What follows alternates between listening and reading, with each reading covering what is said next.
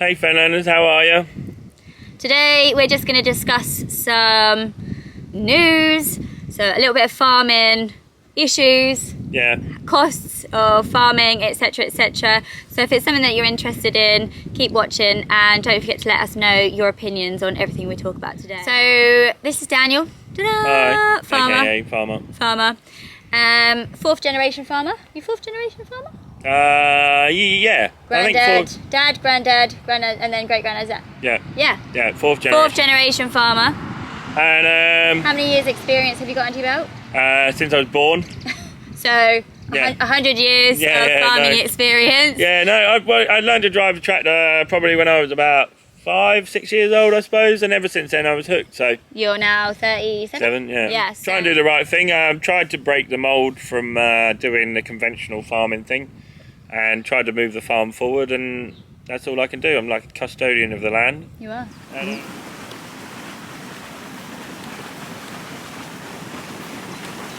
Like we're in the mix. Yeah, a little bit.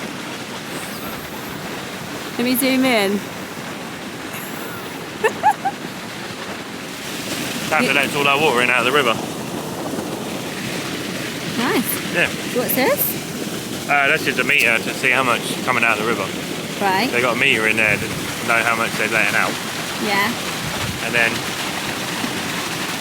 we've obviously got meters on our irrigating pump, so everybody gives them a meter number, so they know how much.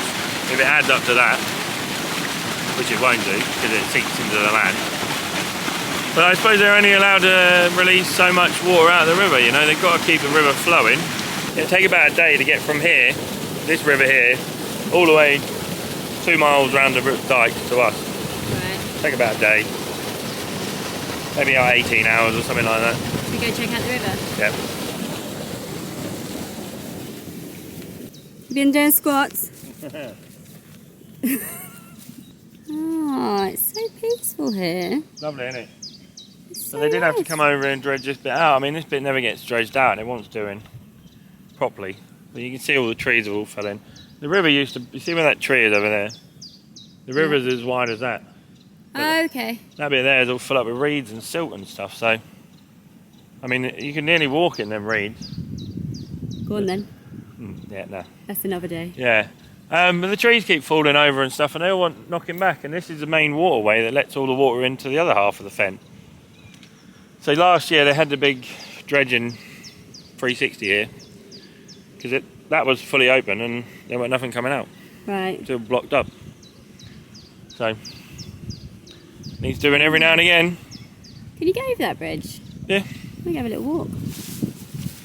So these are our 2 fields that I was spraying on yesterday. When I done our little intro yesterday, I was down that corner there.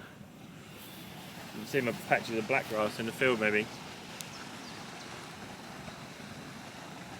Zoom in. Yeah, quite fast. As you can see, look, it never gets cleared out. It's flowing fairly at the minute, because I should imagine the other end of this is another sluice. They've got that opened right up, so it's flowing quite well, but you can see how full of silt and stuff it is. It actually wants a proper job over here.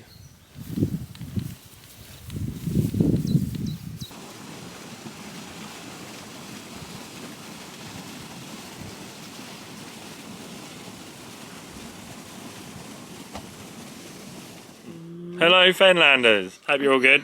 So yeah, we thought we'd just sit down and discuss like some big issues in farming kind of at the moment. So obviously if you want to hear it firsthand from a farmer, keep watching guys. See what he's got to think. And yeah, anything that you guys kind of want to add in, let us know in the comments, because it kind of really is what people, you know, is everyone getting involved. Normal people want to hear. That make the big differences, isn't it? Yeah. I think so. Yeah, it's all very well and good having it come from people that maybe have got 5,000 acres and they own all them acres. You know, we're mortgages, rents and stuff on all our land that we own, we farm. So it's now starting to get really the grip is starting to get quite tight around us. So everyone's feeling the pinch at the moment, aren't they? Yeah. Everyone, yeah. every household. Not anyone has seen, like, you know, everyone's seen a big difference Yeah, to massive their knock to food bills, their fuel, Yeah. like everything is going up. Obviously for the farmer, you know, something just like the fuel prices going up, it's just hit you massively, hasn't it? Yeah. In the first lockdown, fuel went down drastically because nobody wanted any fuel today. The demand wasn't there. Demand wasn't there, so fuel, red diesel and stuff dropped down to about 30p a litre or 35p a litre or something. I had a look at I hope I'm allowed to say this, but the Farmers Weekly, they have a fuel, like what the fuel prices are. Right. At the moment it's 118.1. That's I'm the guessing average. that's the average, yeah. Per litre. Yeah. Last year it was 56. Yeah. 0.0. Is that per pence per litre, I'm assuming? Pence per litre, yeah. So, that's the thing, isn't it? So where we normally it's like doubled 60p a litre. I mean, the thing is, doesn't sound like a lot, but when you realise we can have like 7,000 to 10,000 litres of diesel every week. Yeah. So what would that? It adds up, doesn't it? What would that cost be to you? How much does that cost, like every week, for you in fuel? Yeah, a lot. Roughly. Yeah, well, it's a half, 56p a litre, so that was the average. No, that was last year. Yeah, that was what last year. That's what I'm saying. Yeah. Now it's nearly doubled, tripled that. Yeah. So every month. Yeah, every so week. we're having $5,000 worth of diesel every week. Now it's $15,000 worth of diesel every week to try and get crops to grow. I mean, that's like, I'm glad I'm sitting down. Yeah, I know. Yeah. I'm glad I'm sat down because that's. Mum was like, "Are you drinking that round the yard?" And he's just like, "What are you doing with it?" You've got a paddling pool round the yard pool full of diesel with red diesel in it. So yeah, that just gives you some idea of how drastic that's just in fuel, you know. It's not without wear and tear on any of the machines and tractors and stuff. That's just in fuel. Yeah. More than tripled. So well, just about tripled just in fuel costs. So when I spoke to Dad earlier, because I said to him, does he want to have any input into our discussions today? So obviously he's out working at the moment, isn't he? Yeah. Where he should be. Yeah. Finally got him pinned down to do him something. Whipped down. Yeah. So he just was saying to me that obviously with the seed price being high, fertiliser price being high, then fuel prices being high, obviously, and chemicals, everything is just gone up. Yeah. If the price of food next year goes down, for farmers that's going to be game over.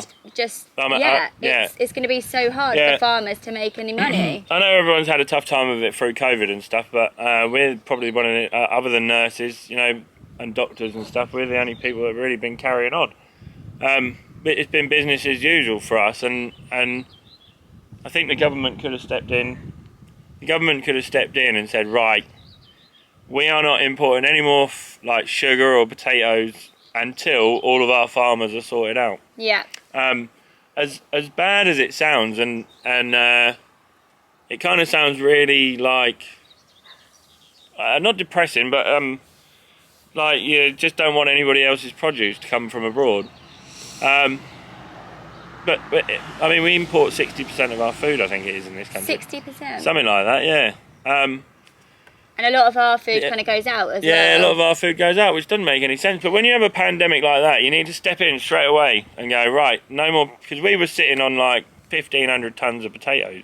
That you couldn't sell? No, nobody wanted them. There's no chip shops to sell them to. So you then go, well, hang on a minute, I'm not going to make any money here. I'm going to, because they have a shelf life, don't they? Yeah, so, yeah. Yeah, everyone's had a hard time of it, but yeah, it just seems never ending. So 3 years of breaking even, it's going to get to the point where we just, I'm going to have to say, no, I'm losing too much money. Yeah, because you mentioned before about obviously potatoes being quite an expensive crop to grow. Yeah. Is that going to be the case with any other crops? Because if potatoes are too expensive to grow, what are you going to do?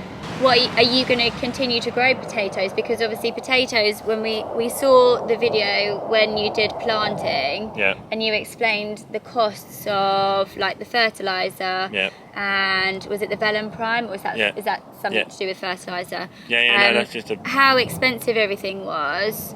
So in terms of, like Dad said, if the prices don't go up next year, then you're not going to make any money. However, that knock-on effect is for the average person in their household, if potatoes going to keep going up, they're going to then not be able to buy as many, or Well, food's just going to be so much money.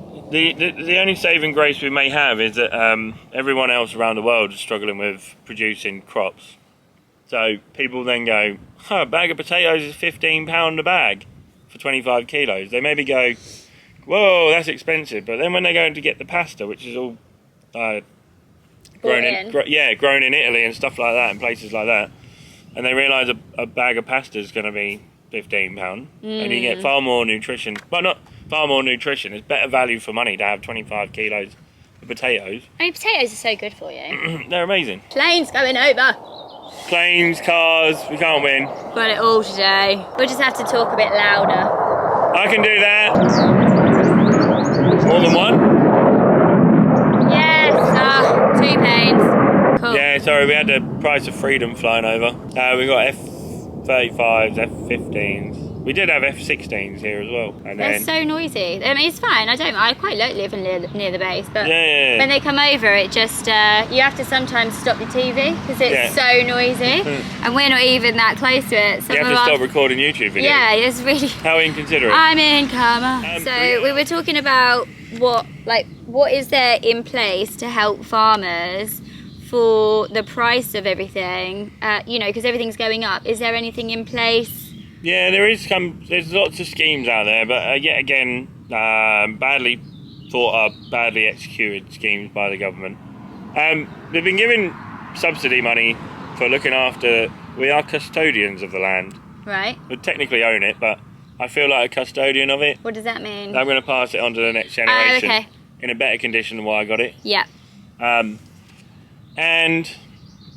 the schemes and stuff that the government have brought out, because they're basically stopping the single farm payment thing that was going on, which is fair enough. Food's been kept cheap by us being subsidised.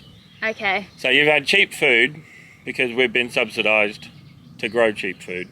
Okay. So all the costs and stuff have all been subsidised. But that's because you guys have still been getting money for it. Yeah. But you don't then have to sell it quite so expensive to deal with the prices of everything. And now the subsidies are stopping, which is great. The single farm payment, isn't it? That's now ending because we're going out of Europe. Yeah. Because we're Brexit. So that's stopping, which is great. And they need to get. They've got loads of schemes out there for you to go out and put some of your land into greening and stuff like that, and go out and plant trees and things. But every time we try and think about these schemes and stuff, none of the numbers just don't add up. So with food prices being so high at the minute, we've already pulled out of one scheme for this year. Which was what scheme? Just like a scheme where you put 25 acres into like a grassy lay. Yeah. Like a grassy meadow, flowery meadow type thing. Yeah. It wasn't really any good for feeding horses and sheep and cows and stuff. Right. But it was okay for all the insects. Okay. So you just had to go and mow it once a year, and it would regenerate into more for insects and stuff. But we pulled out of it. By the time you've added the numbers up, they just didn't add up. So in terms of all these things that they think about, it kind of, in a way, from my perspective, it seems like they say, oh, well, we're going to give this to farmers, we're going to give that to farmers, we're going to give that to farmers, but you have to jump through so many hoops to get it. So then in the end, you kind of go, but it's not worth it. So then they say, well farmers don't need any money. Yeah, we've tried to give farmers the money, but they don't want it, Yeah, so that's what it kind of seems like they're dangling a carrot, but you can't reach it. You can never get to it. So they're like, well, you don't need the carrot. That's how it seems to me. And the thing is, farming has been break even for the last 3 to 4 years. And if we break even with their money, with their subsidy money, what is it going to be like when the subsidy money goes? We're not going to make any money. It's just going to costing us money to go to work. Yeah. So we may be okay this year because we bought fertiliser at the right price. I think I bought my fertiliser at £185 a tonne, and I've had just under 100 tonne. Right. So £185 a tonne, and now fertiliser is £635 a tonne. I last checked the other day. So unless we get some kind of assurance that next year you're going to get X amount of money for your wheat crop, there really is we can't play on the world market anymore. We just cannot do globalisation. It's killing our business. And what me and Mum were talking earlier, and what she said is, so for myself at the moment, it's cost me the other day it wasn't even empty, my Hyundai iX35, it cost me £93 to fill it up, and it wasn't even empty. Yeah. I still had like 80 miles left. So for me, something such as going to the beach, having a day out where I would have to drive somewhere, I'll end up thinking, well, I'm not going to do that because I can't afford it. No. So for you're selling your potatoes to chips, for being chips at fish and chip shops near the seaside. Yeah. If people like me who would normally go out and buy that are going, well, fuel's too much money, people can't afford to go to the beach, like that's... Yeah, nobody eats fish and chips when they go to the beach, and then what again, I've got another year when I've made no money. Yeah. So I've got things that need replacing: sprayer, tractors. Which, as we've seen, combines. Are more than some mortgages. Yeah, a lot more than some mortgages. And you think it costs you £93 to fill your car up every month? Yeah, every month. Yeah, every 3 weeks maybe. Yeah. Yeah, you think I put 500 quid worth of diesel in a tractor every day? Every day. Every day. Before I've even gone out of the yard, it's cost me 500 quid in diesel. Yeah.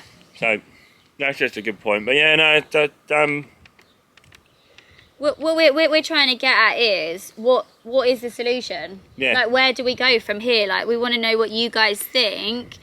So what do we do from here? Yeah. Because, I mean, if there's another crisis where there's no potatoes being sold at the chip shops and stuff, then we're going to end up with a massive glut of potatoes that nobody wants. What would you do if that were to happen? What would I do? What would you do if, say, the market for fish and chips is starting to just be, like, people aren't going to the beach? Yeah, nobody can afford to go. Yeah, where are you going to sell the potatoes? I have got to know, and if there's so much of a glut of them, there's too many of them about, then all the processing boys and stuff won't want them. Right. So I'll be stuck with 2,000 tonne of potatoes. So is that a case of where you said before, like, the government are kind of, we import dragging their heels so slowly? Well, I was going to say, we import some things. Could it be time now to look at what the UK farmers have to offer? Yeah. Not stop exporting because we need certain things and, it works well. But in terms of the mass quantity of, say, potatoes that might come from another country. Yeah, Belgium and Holland and places like that. Would it be better to sort of turn inwards and be like, right, okay, let's look at what the UK farmers have to offer? A lot of countries are already, where the Ukrainian crisis is going on, a lot of countries have stopped, they've banned any exports of cereal crops. Okay. Yeah, I can't tell you for now, but I see it on the news that some places are starting to ban exports for cereals and stuff. So it is starting to happen. People are starting to realise that they need their own food. Right. So it can only be, unfortunate as it is for having a war in Ukraine, it's opened, hopefully it seems to have opened everybody else's eyes in the world apart from the UK government. Everybody else seems to have gone, hang on a minute, we're not going to have any food soon, but the UK government still haven't twigged, I don't think. They still haven't... Like you say, everything seems to take so long, doesn't it? Yeah, too much bureaucracy going on. And it's the same with this fertiliser factory that's now shut up in... Oh yes, I've heard about that. Yeah, the government needs to step in and get it bought or take over, and because I think it's foreign owned anyway. I heard that it wasn't hugely producing that much anyway. It wasn't working at maximum capacity anyway. Yeah. But... it's again something that's in the UK that's something now that's in the UK, be gone. Yeah, and if it can produce fertiliser for 60% of our... I know it won't produce 60% of our fertiliser in this country, but if it could do that, I mean, the British government have got to step in and say, right, because I'm pretty certain somebody said it was foreign owned. Right. And because obviously they didn't want to making a loss or whatever, because the gas prices and stuff had all gone up, then British government need to step in and say, right, okay, we're taking over. Right. Yeah. Your decision to cease production has cost you the factory. Otherwise, we are going to try and do some different tactics with regards to fertiliser, but it's a 5 to 10 year process, you know. It's not an instant overnight thing. You still have to get man-made fertilisers. Yeah. While before all the cover crops and stuff take over. So the issue with the fertiliser is made with oil, is it? Or so it's something to do with natural gas, I think. So basically, the way that we're losing diesel and oil, that is with fertiliser is going to go as well. So we need to look at different ways that you can't, so that you can use fertilisers. If man-made fertilisers through petroleum product is it's going to be too expensive, then we've got to figure out a natural way of doing it. Yeah. So either that, or we're going to have less food. Well, at a time when they want us to produce more food. What I was going to say is, kind of gone like that, haven't they? Yeah. You see houses kind of going up everywhere, which is great, obviously for the housing crisis. However, sometimes is that land then being taken away from food production, and what farmers are now being told, rightly so, is to do more for the environment, for carbon capture. So using things like flower crops and patches so that you're using less fertilizers, etc. However, if you're taking patches of fields out of production to build houses, well, no, what I was going to say is if you're taking patches of field out of production for flowering, you're then, the price of the crops that you are growing is then going to shoot through the roof. Because you've got less field. Is that right? Yeah. Less food being produced means the price is going to go up because. So the average person. Well, the price of food's going up now at the minute anyway, like an astronomical rate because of the Ukrainian crisis. But fingers crossed, it's hopefully opened their eyes that we need to produce our own food in our own country. Yeah. Rather than importing the problem, which is a problem. What is, because the only solution moving forward for farmers is to use schemes like the ELMS and the SFI, to try and get a bit more money because you're losing this single farm payment. However, it's not going to be as much as what the single farm payment. No. But what I'm just going to say is you're then going to have to increase the price of wheat, potatoes, because you're going to be losing land. Yeah. So everything's going to go up regardless, and the average person is just going to get hit. Yeah. Because you're now having to pay for fertilisers, which are more money, getting less money from the government. Yeah. Your fuel, everything's going up, you're getting less money, so you've got to get it from somewhere. Yet to the average person, it looks like farmers are doing really well. I know, That is always the bad thing about it, isn't it? It can often look like, oh, well, he's driving around in a truck. You must be doing all right, but actually most of the time I'm riding around in a Yaris. Exactly, the pub car. Because it costs less money to fill up. Yeah, and it does like 50 miles to the gallon rather than like 20, like my truck does. So I only use my truck for when I go like across the fields to go, like we went to check the hydrant a minute ago. Yeah. Check the water coming in, it really is no point in riding around in a big high-riding 4x4 these days. No. Not unless you desperately need it. Yeah. Where I'd like to have a high-riding 4x4, I may have to sell that because it costs me 120 quid every week to fill up. And get a Yaris. Yeah. Yeah, everyone needs a Yaris in their life. You love your Yaris. Yeah, I do love my Yaris. But it didn't cost me anything to fill up. It cost me 40 quid every 3 weeks to fill up. So that's crazy. Yeah, I just don't know what the end result is. I really don't. I mean, there's a lot of change in farming right now. Yeah. And there's a lot of uncertainty for farmers. And there's a lot of issues in terms of food security. Yeah. Are we actually going to be able to eat in a few years' time? Yeah, this is it. I mean, it's almost getting to the point where I may try and take out 80% of my land and put it into some kind of scheme where I don't grow any food at all because I can't afford to. Because you getting up in the morning and putting fuel in the tractor and then putting stuff on the fields is costing you money. If you're not then clawing it back, you might as well just have trees that you're getting less money for, but you're not using the money to put them in. I may well have to diversify into growing like 90% or 80% of my land into like solar panels or trees or cover crops or whatever, and then where does that then leaves us with no food in the country, doesn't it? So what do you do then? Everybody goes hungry, don't they? So if you like the video today, guys, and you want to see more farming videos, don't forget to subscribe to our channel. Let's just finish up our chat about the price of everything and food security and stuff like that. So yeah, I think food's going to be short in the next few years. I'm not going to lie. Because the amount of people in the planet is going up. Yeah. So there's more people to feed. Yeah. But the land seems to be shrinking unless we. British government seem hell bent on importing all of our food for some reason. Yeah. You were just saying about all this food security and stuff. They're more interested, and they're still more interested. They haven't twigged yet that food is going to be short, like other countries have, and pulled all these schemes and just said, right, here's some money to grow some food, like we were doing before. With the single farm payment. Yeah, as soon as things start to level out again, and we can try and get you so you're earning a decent wage every year, then we'll start like figuring it out. Yeah. But yeah, no, it's just all these schemes and stuff that they have.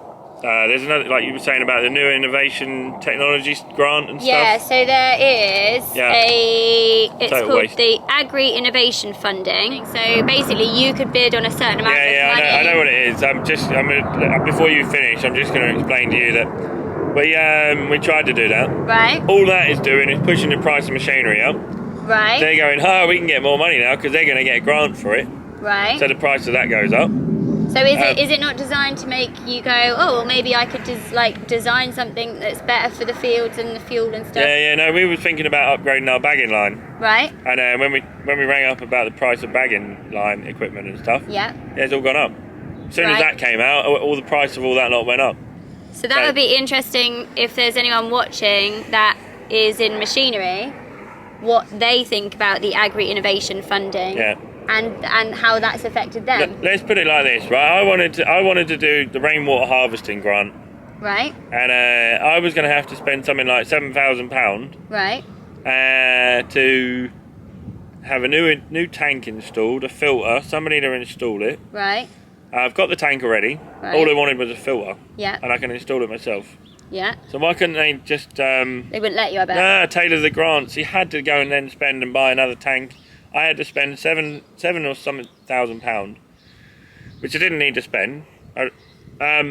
Before I got like £700 back, I think. So it doesn't make any. Why would you do that? Why would I bother? Yeah. So in terms of, again, it's another fund that the government have gone. Yeah. Oh, here you go, farmers. You can have this. Yeah. But then they'll go, well, no one's taking it. No one's taking it because up. It's so difficult to get hold of. Yeah. I know someone has put up an onion store, cost them 250 grand, and they were going to have a grant and underfloor drying and stuff. They were going to have like a 45% grant for it. Right. So the bloke's gone, well, this is brilliant. I couldn't quite afford it. Yeah. Now with the grant, I can afford it. Yeah. And then the government had turned around and said, nah, you can only have 15% or 5%, I think they got in the end. Okay. So that, at which point now he's gone, well, I've just invested all this money because you said I could have a grant for 45%. And now I can't even get. So he's totally out of pocket for trying to move himself forward. Yeah. So it's like he's trying to do the right thing. Trying to do the right thing and progress and invest in your business and maybe get more people some jobs and stuff like that. And then the government had just gone, look, like that. And he's fell flat on his face. Yeah. Yeah. So I don't really know.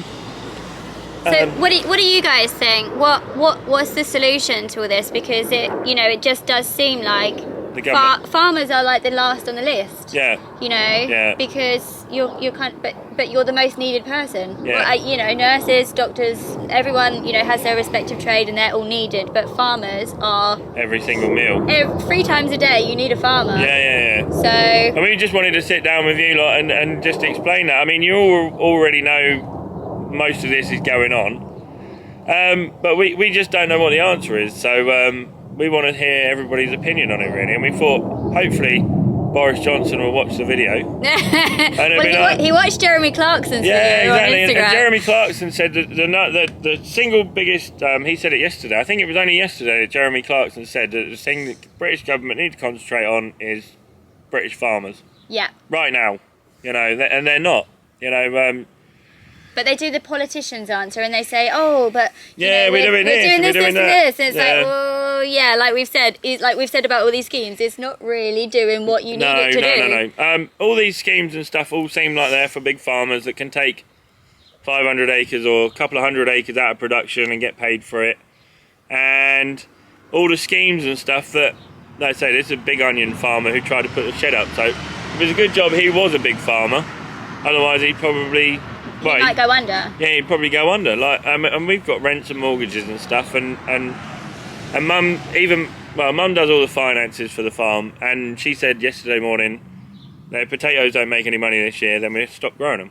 And potatoes are like, yeah, you're the best potato. I love our potatoes. Number one potato grower in England. So nice. And everyone from the local village comes and gets potatoes from us or my cousin or whatever, and if they're not making money, then we don't grow them. So yeah. if nothing's going to make any money and no promises for wheat prices and stuff next year, then the whole farm's going to go into schemes or trees or solar farm or whatever, and I just won't grow any food anymore because I can't afford to do it.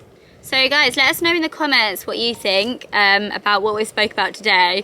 There's so much that we want to talk about, isn't there? But yeah, I know, it's just trying to get everything in a list because we may have just revolved round a little bit. We've kind of gone a bit like on a waffle, but you know, hopefully we've got in, you know, some of the bulk of how farmers are struggling a little bit with money at the moment. Yeah. We've obviously not even scratched the surface. No, not even scratched it. But, you know, we've touched on it a little bit, and that's obviously what we wanted to do with our channel, is just to literally get farming issues out there. Yeah. And so that people can see the struggles. Yeah. And so that people can see, you know, yes, I've got my truck, yes, I've got my land, but actually I still have money problems. Yeah, yeah. You know, it's not easy. No. So it can look on the outside like, oh, it looks easy for farmers, but actually that's, you know, it's not the case. Totally not the case.